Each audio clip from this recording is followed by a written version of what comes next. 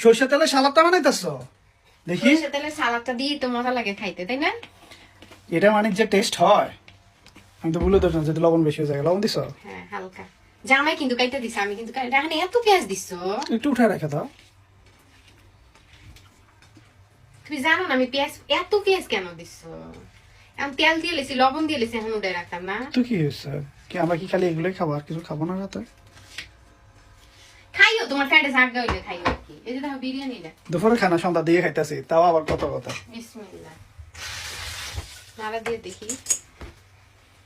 মুখটা কি হয়েছে? বিসমিল্লাহ।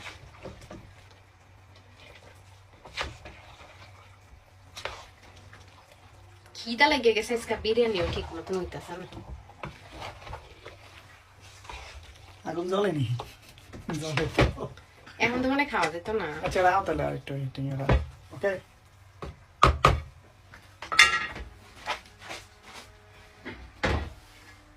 আর একটু হিটিং এ রাখতে হবে। আচ্ছা থাক, একটু হিটিং এ থাক। ওকে গাইস, পেটে খিদা লাগলেও মানে চুলায় বুঝে না, একটু তাড়াতাড়ি এই চুলায় দিয়ে দেন।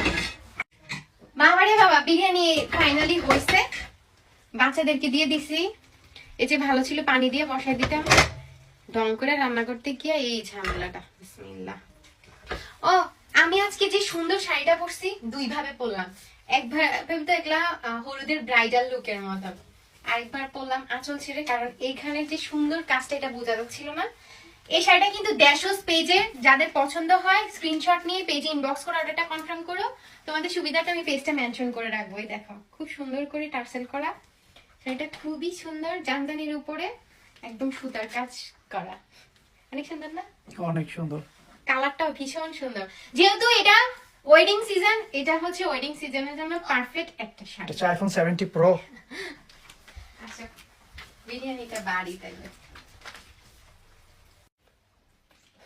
দাও, বিসমিল্লাহ করো। আলুটি সিদ্ধ হয় নাই, মেজাজটা খারাপ হয়ে গেছে আমার একদম।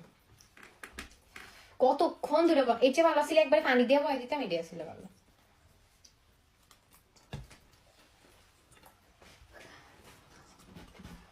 পানি দিয়ে বললে একটু দেরিও লাগলো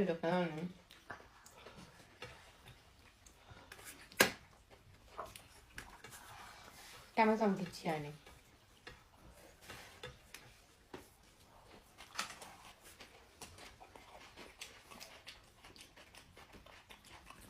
আলু সিদ্ধ হয় না।